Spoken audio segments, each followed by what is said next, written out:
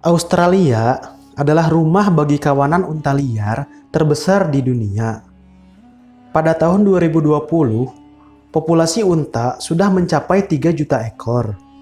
Jumlah ini tersebar di 37% daratan Australia.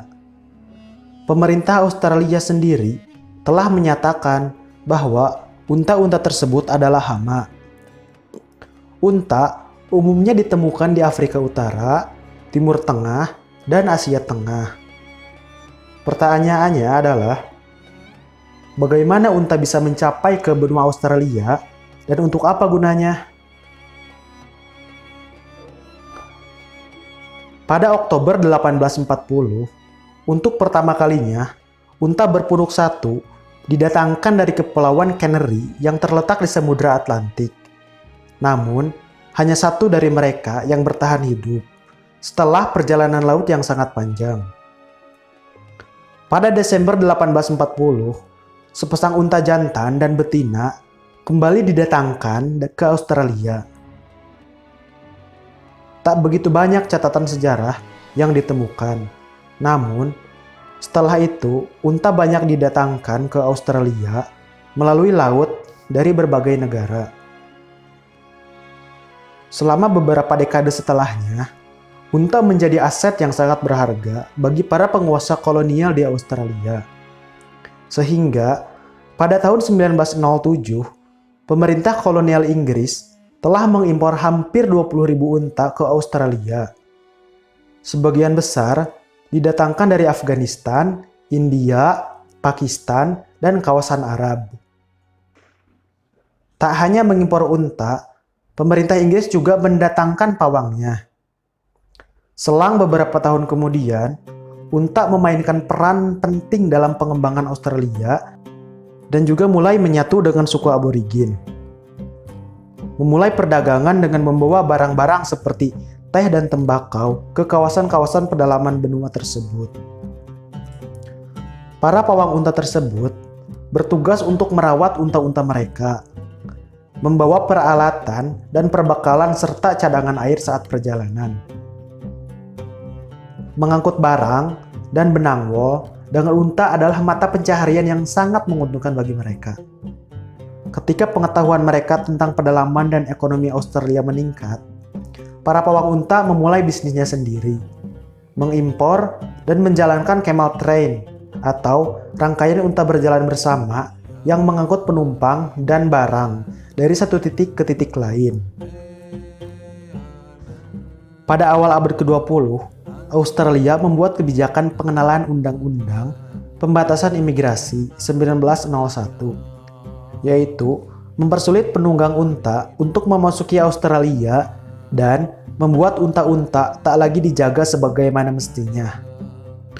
Selain itu, penggunaan kendaraan bermotor menjadi populer dan Australia tak mau ketinggalan. Sejak tahun 1920-an, populasi unta domestik mulai menurun karena orang-orang mulai menggunakan kendaraan dan penggunaan unta mulai ditinggalkan. Akhirnya, unta-unta tersebut dilepas liarkan dan mulai berkembang biak dengan cepat hingga upaya-upaya pemusnahan dilakukan pemerintah Australia. Menghadapi masalah populasi yang tidak terkendali ini, membuat pemerintah Australia mengambil langkah tegas dengan memusnahkan unta liar dengan cara menembak mati untuk mengurangi populasi unta liar sampai pada level 300.000 ekor. Tindakan tersebut menuai pro dan kontra. Dan inilah beberapa pendapat sebagian orang, termasuk pecinta hewan yang menyayangkan keputusan tersebut. Instead of killing, they can sell it to some other countries.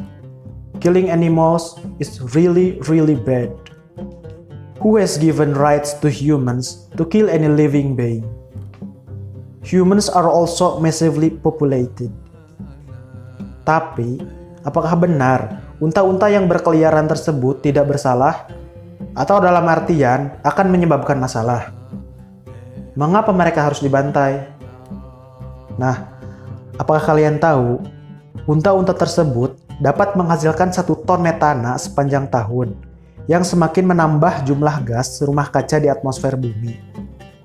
Yap, betul. Tapi bukan itu masalah utamanya. Pertumbuhan jumlah unta menimbulkan masalah bagi negara, seperti saat mereka menghabiskan pasokan air minum di area yang kekeringan. Seperti yang kita tahu, unta merupakan hewan yang mampu meminum air sebanyak 40 galon dalam satu waktu. Sementara jumlah unta di Australia berjumlah ribuan, bahkan jutaan ekor. Bisa dibayangkan berapa banyak air yang akan mereka habiskan oleh unta-unta tersebut. Sebetulnya, dalam beberapa tahun terakhir, Australia telah mengupayakan cara untuk mengendalikan populasi unta, seperti menyiapkan infrastruktur untuk memfasilitasi ekspor daging dan memelihara di peternakan, serta memanfaatkan produk seperti susu unta, dan mendirikan taman hiburan yang menawarkan wahana unta kepada wisatawan. Meskipun tidak memiliki skala ekonomi yang besar, sehingga porsinya sangat kecil dalam pemanfaatan populasi unta, setidaknya bisa meminimalisir terjadinya overpopulasi unta meskipun dampaknya masih kecil. Faktor yang menyebabkan unta menjadi overpopulasi di Australia adalah mereka memiliki stamina dan daya tahan untuk bertahan hidup dalam kondisi yang keras dan pedalaman yang sangat jarang penduduknya, yang berarti mereka tidak banyak menghadapi persaingan dari spesies lain. Selain itu, Australia hampir tidak memiliki spesies predator unta. Dingo subspesies serigala yang menjadi salah satu pemangsa unta, namun mereka hanya menyerang bayi dan anak unta yang baru lahir. Jadi, selain manusia yang terkadang memburu mereka untuk diambil dagingnya, unta di Australia hampir tidak memiliki musuh. Jadi gak heran populasinya meningkat dalam waktu yang singkat. Saat ini, unta liar ditemukan di Australia Barat, Australia Selatan, Queensland, dan Northern Territory dengan luas wilayah mencakup hampir 3,3 juta kilometer persegi.